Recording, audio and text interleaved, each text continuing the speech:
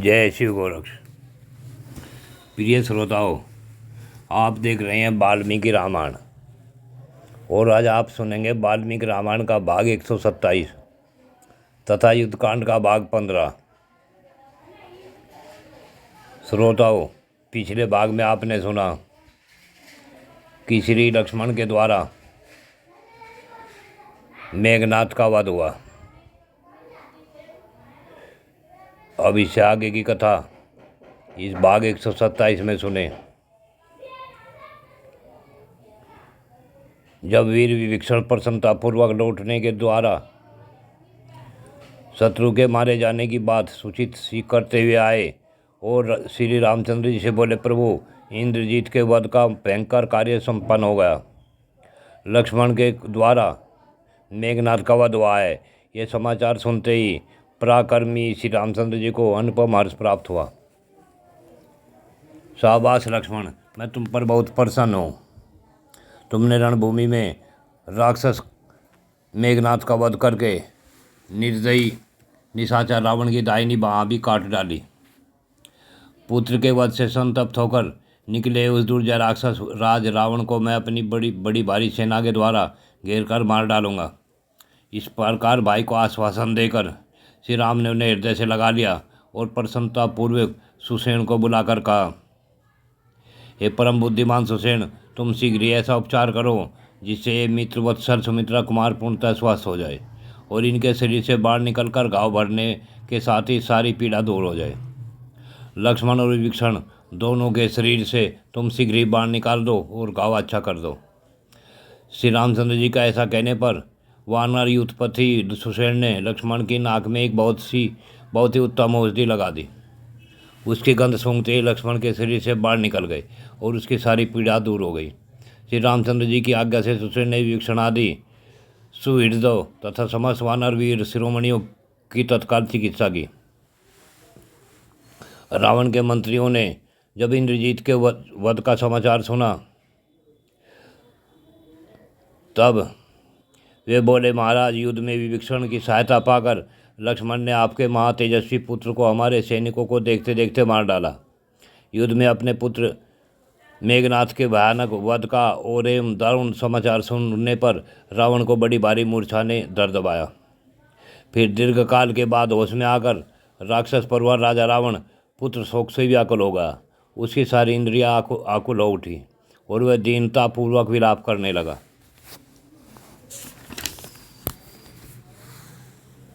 अपने पुत्र के वध से संतप्त हुआ रावण सहसा क्रोध के वशीभूत हो गया। उसने बुद्धि से सोच विचार कर विजय कुमारी सीता को मार डालने ही अच्छा समझा। तब अत्यंत कुपित हुआ राक्षस राज रावण युद्ध में राक्षसों को स्थापित करने की इच्छा से उनके बीच में खड़ा होकर बोला, निशाचरों, मैंने सहस्रों वर्षों तक कठोर तपस्या करके विभिन्न तपस्याओं की समाप्ति पर स्वयंभू ब्रह्मा जी को संतुष्ट किया है। पुत्र के वध से संतप्त हो क्रोध के वशीभूत हुए क्रूर रावण ने अपनी बुद्धि से सोच विचार कर सीता को मार डालने का ही निश्चय किया। उसे मंत्रियों से ऐसा कहकर उसने शीघ्र ही तलवार हाथ में ले ली। म्यान से निकालकर पत्नी और मंत्रियों से घिरा हुआ रावण बड़े वेग से आगे बढ़ा। पुत्र के शोक से उसकी चेतना अत्यंत आकुल हो रही थी। क्रोध से अचेत सा हुआ रावण अशोक वाटिका में बैठी हुई विजय कुमारी सीता का वध करने के लिए दौड़ा। अब उस समय सती सीता राक्षसियों के संरक्षण में थी। उन्होंने देखा क्रोध से भरा हुआ राक्षस एक बहुत बड़ी तलवार लिए मुझे मारने के लिए आ रहा है। सीता दुख में डूब गई और विलाप करती हुई इस प्रकार बोली, है दुर्बुद्धि, राक्षस जिस तरह कुपित हो स्वयं मेरी ओर दौड़ा रहा है, इससे जान पड़ता है यह सनाथा होने पर भी मुझे अनाथा की भांति मार डालेगा। आओ, यदि मेरे कारण उन राजकुमारों का विनाश हुआ तो मेरे जीवन को धिक्कार है, अथवा यह भी संभव है कि पापपूर्ण विचार रखने वाला यह भयंकर राक्षस पुत्र शोक से संतप्त हो श्री राम और लक्ष्मण को न मार सकने के कारण मेरा ही वध कर डाले। सुपार्श्व नामक बुद्धिमान मंत्री ने दूसरे मंत्रियों के मना करने पर भी उस समय राक्षस राज रावण से यह बात कही। तुम तो साक्षात कुबेर के भाई हो, फिर क्रोध के कारण धर्म को तिलांजलि दे विदय कुमारी के वध की इच्छा कैसे कर रहे हो? आज अपने हाथ से एक स्त्री का वध करना तुम कैसे ठीक समझते हो? हे पृथ्वीनाथ, इस मिथिलेश कुमारी के दिव्य रूप की ओर देखो, देखकर इसके ऊपर दया करो और युद्ध में हम लोगों के साथ चलकर राम पर ही अपना क्रोध उतारो। मित्र के कहे हुए उस उत्तम धर्मानुकूल वचन के को स्वीकार करके बलवान रावण महल में लौट गया और वहाँ से फिर अपने सुहृदों के साथ उसने राजसभा में प्रवेश किया।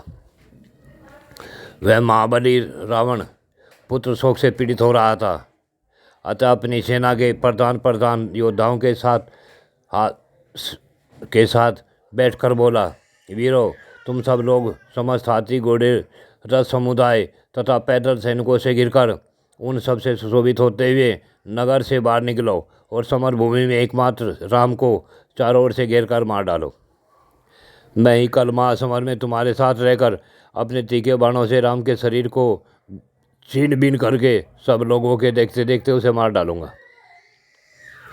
सूर्योदय के समय राक्षस और वानरों के उस तुमुल युद्ध ने महाभयंकर रूप धारण कर लिया।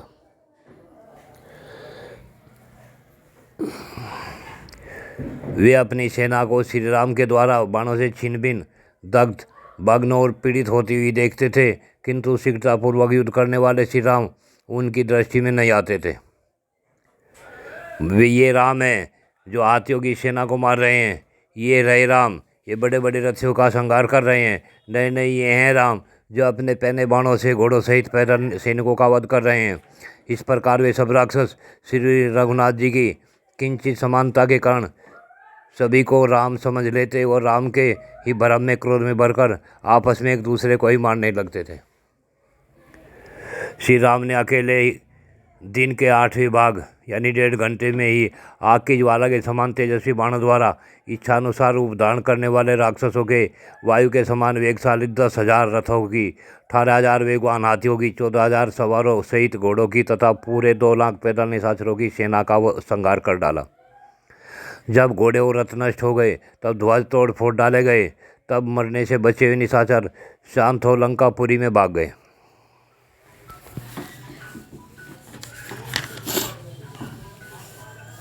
यह देख सुनकर मरने से बचे हुए निशाचर घबरा उठे और लंका में जा राक्षसों से मिलकर बहुत ही दुखी और चिंतामग्न हो गए। जिनके पति पुत्र भाई बंधु मारे गए थे, वे अनाथ राक्षसियाँ झुंड की झुंड एकत्र होकर दुख से पीड़ित हो विलाप करने लगी।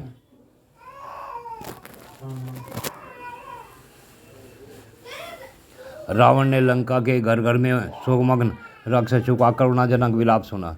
वह लंबी सांस खींचकर 2 घड़ी तक ध्यानमग्न हो कुछ सोचता रहा। उसके बाद रावण अत्यंत कुपित हो बड़ा भयानक दिखाई देने लगा।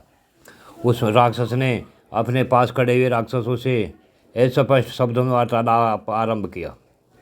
उसने कहा, निशाचरों, महोदर, महापर्ष तथा राक्षस विरूपाक्ष से शीघ्र जाकर कहो, तुम लोग मेरी आज्ञा से शीघ्र सेनाओं को कूच करने का आदेश दो। रावण की यह बात सुन वैसे पीड़ित हुए उन राक्षसों ने राजा की आज्ञा के अनुसार उन निर्भीक निशाचरों को पूर्वोक्त कार्य करने के लिए प्रेरित किया।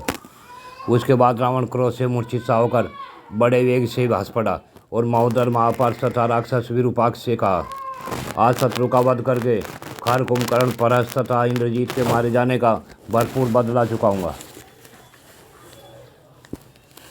जल्दी मेरा रथ तैयार किया जाए, शीघ्र धनुष बाण लाया जाए तथा मरने से बचे हुए निशाचर युद्ध में मेरे पीछे पीछे चले। रावण गया वचन सुन महापार्श्व ने वहाँ खड़े हुए सेनापतियों से कहा, सेना को शीघ्र कूच करने की आज्ञा दो। थोड़ी ही देर में भयंकर मुख एवं आकार के वाले राक्षस गर्जना करते हुए वहाँ पहुँचे। उनके हाथों में नाना प्रकार के शस्त्र थे। इसी बीच में सारथी ने एक रथ लाकर उपस्थित कर दिया। उस रथ को देखकर तब राक्षस अपनी अत्यंत आश्चर्यचकित हो उठे। उस पर दृष्टि पड़ते ही राक्षस राज रावण सहसा उठकर खड़ा हो गया। उस पर सारथी बैठा था। रावण तुरंत उस भयंकर रथ पर आरूढ़ हो गया। तदंतर बहुत से राक्षसों से घिरा हुआ रावण सहसा युद्ध के लिए प्रस्थित हुआ। वह अपने बल की अधिकता से पृथ्वी को विदीर्ण सा करता हुआ जा रहा था। रावण की आज्ञा पाकर उस समय महापार्श्व, महोदर तथा दुर्जय वीर विरूपाक्ष तीनों ही रथों पर आरूढ़ हुए। तदंतर काल, मृत्यु और यमराज के समान भयंकर तेजस्वी रावण धनुष हाथ में ले राक्षसों की सेना से घिरकर युद्ध के लिए आगे बढ़ा। उसके द्वारा वह महारथी और वीर लंका के उसी द्वार से बाहर निकला जहाँ श्री राम और लक्ष्मण मौजूद थे। उन महाकाय राक्षसों के रथ का गंभीर घोर सुनकर वानरों की सेना भी युद्ध के लिए ही उनके आगे आकर खड़ी डट गई। उस समय रावण अपने दुवर्ण स्वर्ण भूषित बाणों द्वारा वानरों की सेनाओं में रोषपूर्वक बड़ी भारी कमार काट मचाने लगा। बड़े वेग से वानरों का संहार करके वह राक्षस राज समरभूमि में जूझने के लिए तुरंत ही रामचंद्र जी के पास जा पहुंचा। उस समय सुग्रीव ने युद्ध में उस स्वर से गर्जना की और प्रलय काल से बड़े बड़े वृक्षों को उखाड़ फेंकने वाले वायुदेव की भांति उन विशालकाय वानर राज ने विभिन्न प्रकार की आकृति वाले बड़े बड़े राक्षसों को गिरा गिराकर माथे में कुचल डाला। इस प्रकार सुग्रीव की मार से जब सब और राक्षसों का विनाश होने लगा तब वे भागने और आर्तनाद करते हुए पृथ्वी पर गिरने लगे।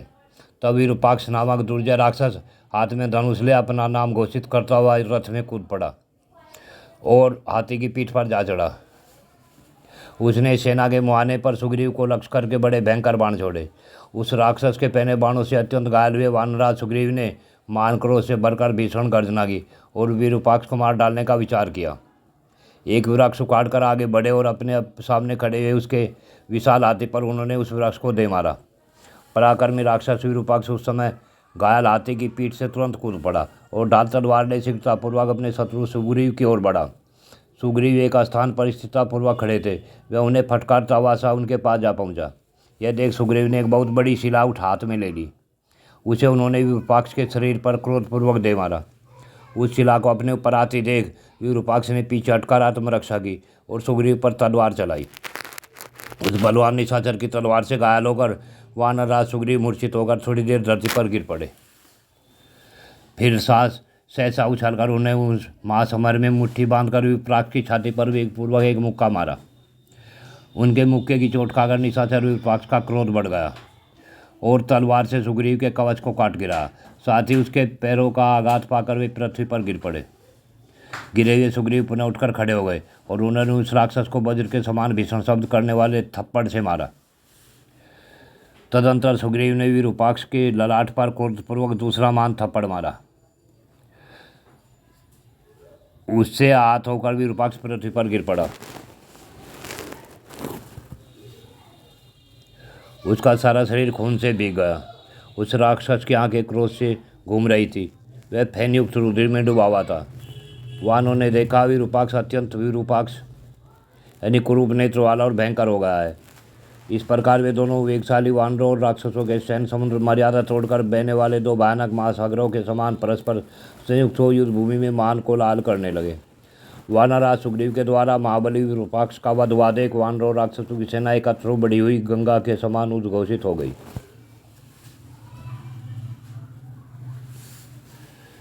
अपनी सेना के विनाश और विरूपाक्ष के वध से राक्षस राज रावण का क्रोध दोना बढ़ गया। उसने पास ही खड़े हुए महोदर से कहा, महाभाव, इस समय मेरी विजय की आशा तुम्हारे ऊपर ही अवलंबित है।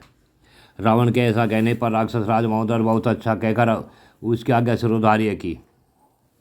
सेना में प्रवेश करके महोदर ने वानरों का संहार आरंभ किया। महोदर ने अत्यंत कुपित होकर अपने स्वर्ण भूषित बाणों द्वारा उस महायुद्ध में वानरों के हाथ पैर और जांघें काट डाली। वानरों की विशाल सेना भागती देख सुग्रीव के पास ही खड़े हुए महोदर पर आक्रमण किया। उन्होंने पर्वत के समान भयंकर शिला उठाकर महोदर के वज्र के लिए उस पर चलाई वध के लिए उस पर चलाई। उस दुर्जय शिला को सहसा अपने ऊपर आती देखकर महोदर ने के मन में घबराहट नहीं हुई। उसने बाणों द्वारा उसके टुकड़े टुकड़े कर डाले। उस शिला को विदीर्ण हुई देख सुग्रीव का क्रोध बढ़ गया। उन्होंने एक साल का वृक्ष उखाड़कर उस राक्षस के ऊपर रोक फेंका, किंतु राक्षस ने उसके भी टुकड़े कर डाले, साथ ही अपने बाणों से घायल कर दिया। सुग्रीव को वहां पृथ्वी पर पड़ा हुआ देख एक परिध दिखाई दिया। उस तेजस्वी परिध को घुमाकर सुग्रीव ने महोदर को अपनी फुर्ती दिखाते हुए उस भयानक वेगशाली परिध के द्वारा उस राक्षस के उत्तम घोड़ों को मार डाला। घोड़ों के मारे जाने पर भी राक्षस महोदर रथ से कूद पड़ा और अत्यंत रोष से भरकर उसने गदा उठा ली।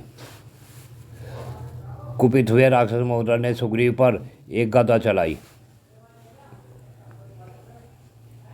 उस महाभयंकर गदा को अपनी ओर आती देख महासमर में महाबली वानरराज सुग्रीव के नेत्र रोष से लाल हो गए। उन्होंने परिध उठाकर उसके द्वारा राक्षस की गदा पर आघात किया। वह गदा गिर पड़ी, किंतु उसके वेग से टकराकर सुग्रीव का परिध भी टूटकर पृथ्वी पर जा गिरा। एक लोहे का भयंकर मुसल उठाया उसे उठाकर उन्होंने राक्षस पर दे मारा। साथ ही उस राक्षस ने भी इनके ऊपर गदा फेंकी। गदा और मुसल दोनों आपस में टकराकर टूट गए और जमीन पर जा गिरे। अपने अपने आयुधों के टूट जाने से वे घूंसों से एक दूसरे को मारने लगे। उस समय बारंबार गर्जता करते हुए दोनों योद्धा परस्पर मुक्कों से प्रहार करने लगे। फिर थप्पड़ों से एक दूसरे को मारकर दोनों ही पृथ्वी पर गिर पड़े। वे दोनों वीर बाहुयुद्ध करते करते थक गए। तब राक्षस महोदर ने थोड़ी दूर पर पड़ी हुई ढाल सहित तलवार उठा ली। सुग्रीव ने भी वहाँ गिरे हुए विशाल खड़ग को ढाल सहित उठा लिया। महोदर ने अपनी वह तलवार सुग्रीव के विशाल कवच पर दे मारी। सुग्रीव के कवच में लगी हुई तलवार को जब वह राक्षस खींचने लगा, उसी समय कपि कुंजर सुग्रीव ने महोदर के सिर पर शिरास्तरण सहित कुंडल मंडित मस्तक को अपने खड़ग से काट लिया। मस्तक कट जाने पर राक्षस राज महोदर पृथ्वी पर गिर पड़ा। यह देखकर उसकी सेना फिर वहां नहीं दिखाई दी।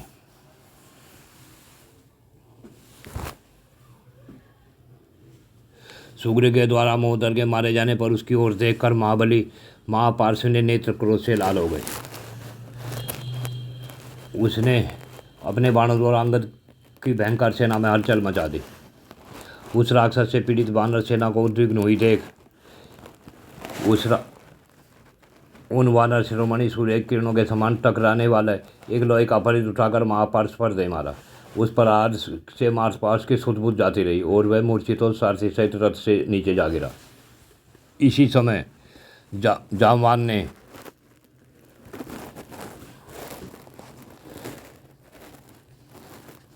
कुपित हो एक पर्वत शिखर के समान विशाल शिला हाथ में ले ली और उसके द्वारा उस राक्षस के घोड़ों को मार डाला तथा उसके रथ को भी चूर्ण कर दिया।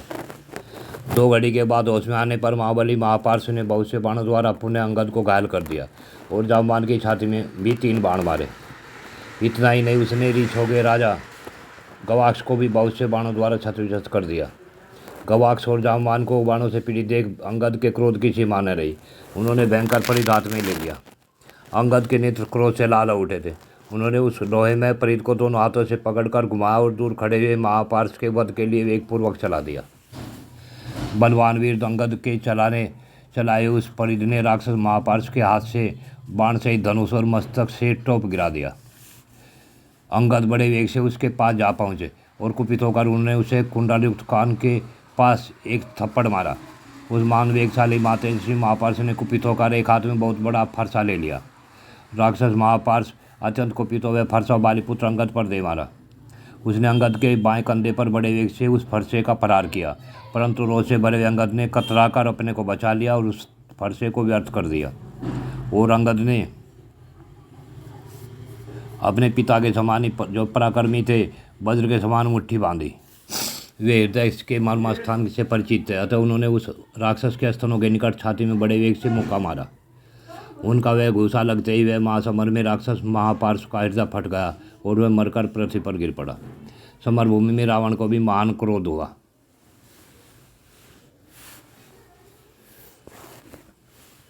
प्रिय श्रोताओं, आज की कथा यहीं पूर्ण होती है।